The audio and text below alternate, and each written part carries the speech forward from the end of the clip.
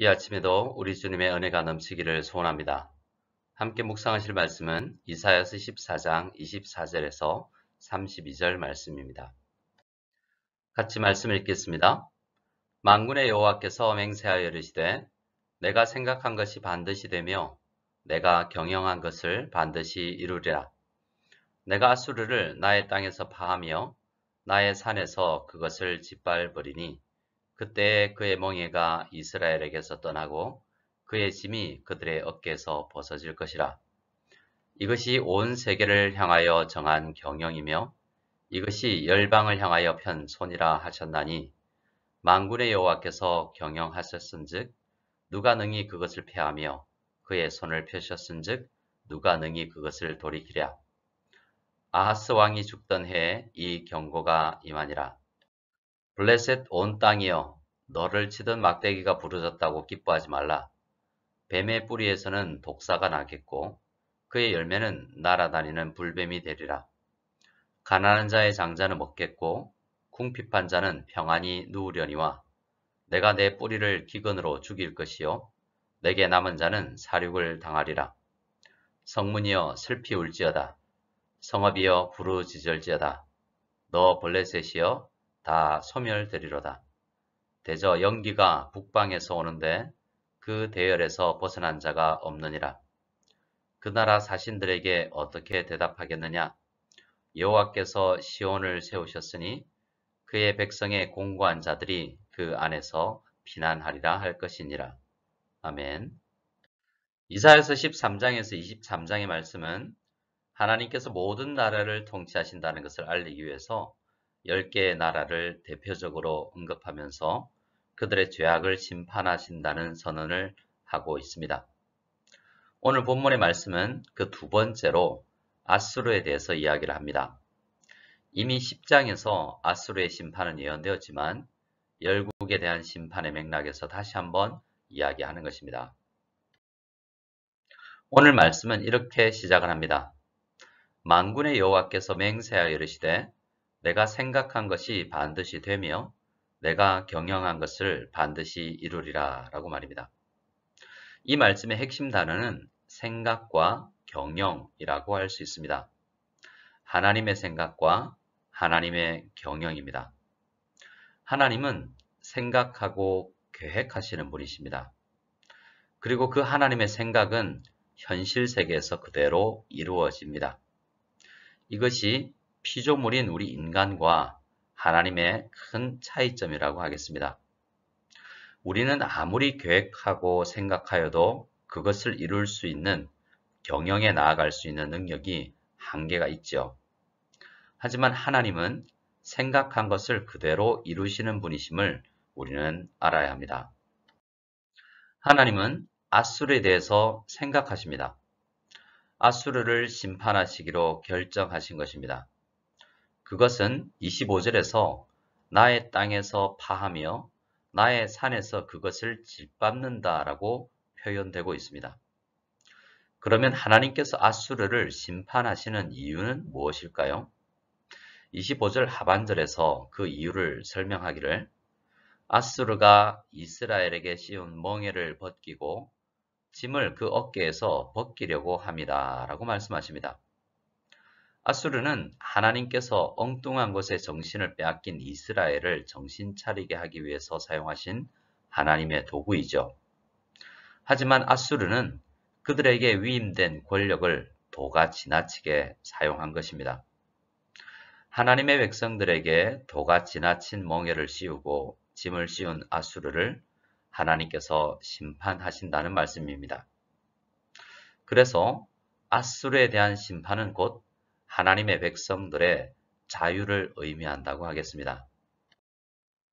26절과 27절에서는 다시 한번 하나님의 계획과 경영에 대해서 이야기를 하는데요. 하나님은 온 세계를 정한 방식에 따라서 경영해 나가신다고 합니다. 열방을 향하여 편 손이라는 표현도 같은 하나님의 경영을 다르게 표현한 것이죠. 그리고 다시 한번 이것을 강조하기 위해서 27절은 이렇게 질문합니다. 만군의 여호와께서 경영하셨은즉 누가 능히 그것을 패하며 그의 손을 펴셨은즉 누가 그것을 돌이키랴 라고 말입니다. 이사야 선지자가 그 답을 몰라서 묻는 것이 아니죠. 하나님의 경영하심을 강조하기 위해서 이렇게 질문하고 있는 것입니다. 하지만 우리는 이 질문을 강조용법이라고 이해하는 것에서 그치지 말아야 합니다. 우리 자신에게 이 질문에 나는 어떤 대답을 가지고 있는지 물어보아야 합니다. 나는 지금 하나님께서 온 세계를 경영해 나가신다고 믿고 있는가? 나는 지금 열방을 향하여서 펴신 하나님의 손길을 경험하고 느끼고 있는가? 이러한 질문을 해보고 답을 해야 하는 것입니다. 만일 우리가 온 세계를 경영해 나가시는 하나님을 온전히 믿고 있다면 나에게 주어지는 이 세상이 주는 스트레스를 풀기 위해서 세상적인 방법이 아니라 세상을 경영해 나가시는 하나님께 온전히 그 짐을 맡기고 하나님의 능력을 믿으며 잠잠할 수 있어야 하겠습니다. 아수르는 이사야 선지자가 사역하던 그 당시에 가장 초강대국이었습니다. 우리 시대의 강대국은 미국과 중국 같은 나라일 것입니다. 우리나라의 최대 무역 국가이기도 하죠. 그래서 우리는 그러한 국가들과의 관계에 따라서 그 초강대국의 경제 상황에 따라서 많은 영향을 받게 됩니다. 하지만 우리는 한편으로 현실 세계의 문제에 현실적인 대안을 생각해야 하지만 한편으로는 그 너머에 있는 하나님의 경영을 생각해야 합니다. 오늘 우리가 묵상하는 이사야서 묵상을 현실 도피의 목적으로 삼지 말아야 되겠습니다. 현실을 넘어서 더 큰 세상을 바라보는 안목을 가져야 되겠죠. 하나님께서 그러한 세계관을 우리 모든 성도님들에게 주시기를 소원합니다. 28절부터는 남유다와 가장 가까운 거리에 있으면서 많은 영향을 주고받는 블레셋에 대한 말씀입니다. 특이하게 이 블레셋과 관련해서 말씀하실 때는 구체적인 날짜를 밝히고 있는데요. 이사야서 안에는 구체적인 날짜에 대한 이야기가 3번 나옵니다. 오늘 본문이 그 중에 하나입니다. 그래서 이 날짜를 언급하는 이유가 분명히 있다라고 우리는 생각해야 할 것입니다. 이사야 선지자는 아하스와 블레셋과의 관계를 생각해 보기를 원하는 것 같습니다. 아하스 왕은 이사야서 안에서 불신앙의 대표적인 왕으로 소개가 되죠. 그리고 역사 속에서 아하스 왕은 처음으로 블레셋이 만만하게 보았던 유다 왕이기도 합니다. 성경에서 우리는 블레셋에 대한 이야기를 많이 발견하게 되는데요. 특별히 다윗 왕과 관련한 이야기에서 자주 등장하는 나라가 블레셋입니다. 다윗 왕이 세운 공적 가운데 상당 부분이 블레셋과 관련된 것이었죠. 그만큼 블레셋은 다윗 가문, 즉 남유다 가문에 대한 오랜 불만이 있었던 나라인 것입니다. 다윗 왕 이래로 여러 왕들이 왕위를 물려받아 남유다 왕조는 오랜 기간 지속되었습니다. 그 남유다의 역사 가운데서 항상 블레셋은 별다른 힘을 발휘하지 못해왔습니다. 그런데 아하스 왕 때에 비로소 남유다와 싸워볼 만하게 된 것이죠. 약해져만 가는 남유다의 국가 경쟁력으로 인해서 아하스 왕이 쓴 카드는 친아수르 정책이었습니다. 아수르를 의지하여서 국가 경영을 해 나가려고 했던 것입니다. 그러던 아하스 왕이 죽었다라는 것입니다. 그러니 블레셋의 입장에서는 아하스 왕의 죽음이 블레셋이라는 나라를 경영해 나가는 데 있어서는 호재였던 것입니다. 그렇게 아하스 왕의 죽음에 음흉한 미소를 짓고 있는 블레셋에게 하나님은 이사야 선지자를 통해서 이렇게 말씀을 선포하십니다. 블레셋 온 땅이여 너를 치던 막대기가 부러졌다고 기뻐하지 말라. 뱀의 뿌리에서는 독사가 나겠고 그의 열매는 날아다니는 불뱀이 되리라. 이 말씀에서 너를 치던 막대기는 곧 블레셋을 치던 막대기, 아하스 왕이라고도 할 수 있겠고 남유다 왕조 전체를 이야기할 수도 있을 것이고 아수르를 이야기할 수도 있습니다. 정확하게 어떤 대상인지는 몰라도 블레셋의 자유로운 국가 경영을 가로막던 어려움이 제거되었다고 즐거워하고 있는 모습을 지적하고 있는 것입니다. 하지만 그 기쁨이 곧 사라지게 될 것이다 라고 말씀하십니다. 왜냐하면 지금 블레셋이 부러졌다고 생각하는 그 막대기가 언젠가 강한 독을 품은 독사처럼 다시 블레셋을 치는 힘을 가진 나라가 될 것이다 라고 이야기하시는 것입니다. 지금 연약한 마른 막대기처럼 힘없이 부러지고 있지만 머지않아서 날아다니는 불뱀처럼 힘있는 국가가 될 것이라고 이야기하고 있는 것이죠.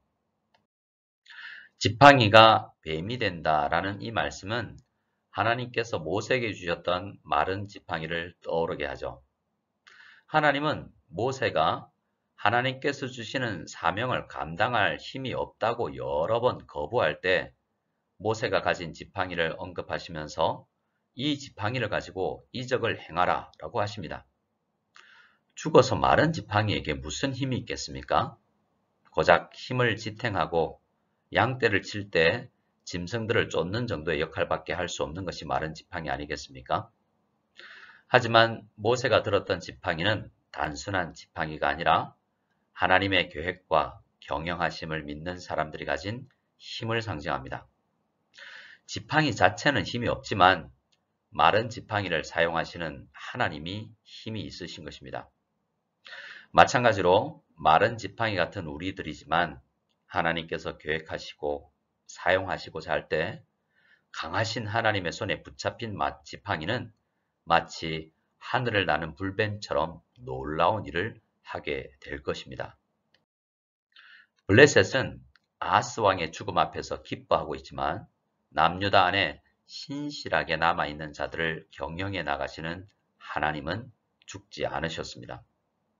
하나님은 머지않아서 유다 안에 가난한 사람과 자녀들이 풍성히 먹고 궁핍한 자는 평안히 누울 수 있도록 보호하시겠지만 지금 강하게 되고 있는 블레셋은 기근으로 인해 죽고 기근을 피한 사람들은 전쟁통에 사륙을 당할 것이라고 말씀하십니다. 이러한 극명한 차이를 가져오는 것은 군사력의 차이가 아니라 세상을 경영해 나가시는 하나님에 대한 믿음이 있는가 없는가에 대한 것입니다. 블레셋에 대한 심판의 말씀은 32절에서 이렇게 끝이 납니다. 여호와께서 시온을 세우셨으니 그의 백성의 곤고한 자들이 그 안에서 피난할 것이라 라고 말입니다. 하나님의 백성들은 오직 하나님 안에서만 안식을 누릴 수 있습니다. 하나님의 백성들은 고난의 때에 하나님께로 피신할 수 있어야 합니다. 하나님의 백성들은 모든 슬픔과 역경, 고민과 한숨 나는 모든 일상을 주님께 가지고 나아가 그리고 쉼을 누려야 합니다. 우리가 믿는 하나님은 아수르와 같은 강대국을 멸하시고 우리에게 씌워진 멍에를 벗겨내시고 참 자유를 주시는 분이십니다. 우리 하나님은 블레셋처럼 끈질기게 우리를 괴롭히는 문제들 가운데서도 피난처가 되셔서 언제든 그분께 달려간 사람들은 안식을 누릴 수 있도록 하시는 분이십니다. 오늘도 수고하고 무거운 짐을 지고 하루를 시작하는 모든 성도님들을 위해서 기도합니다. 우리 주님께 이 아침에 나아가 그 짐을 내려놓고 온전한 안식을 누리게 되시길 기도합니다. 성도님들을 위해서 기도하며 무거운 짐이 하나둘 해결되었다고 하는 소식이 들릴 때 목회자는 참된 안식을 누리게 됩니다. 주님 안에서 안식을 누린다는 그러한 이야기를 듣는 만큼 목회자에게 힘이 되는 것이 없는 것입니다. 오늘도 우리 모든 성도님들이 풍성한 안식을 누리게 되시기를 간절히 기원합니다. 온 세계를 오늘도 경영해 나가시는 하나님을 온전히 의지하고 나가시는 우리 모든 성도님들이 다 되시기를 소원합니다. 우리 함께 주기도문으로 새벽 예배를 폐하겠습니다. 하늘에 계신 우리 아버지여, 이름이 거룩히 여김을 받으시오며 나라가 임하시오며 뜻이 하늘에서 이루어진 것 같이 땅에서 이루어지이다. 오늘 우리에게 일용할 양식을 주시옵고 우리가 우리에게 죄 지은 자를 사하여 준 것 같이 우리 죄를 사하여 주시옵고 우리를 시험에 들게 하지 마시옵고 다만 악에서 구하시옵소서. 나라와 권세와 영광이 아버지께 영원히 싸움나이다. 아멘.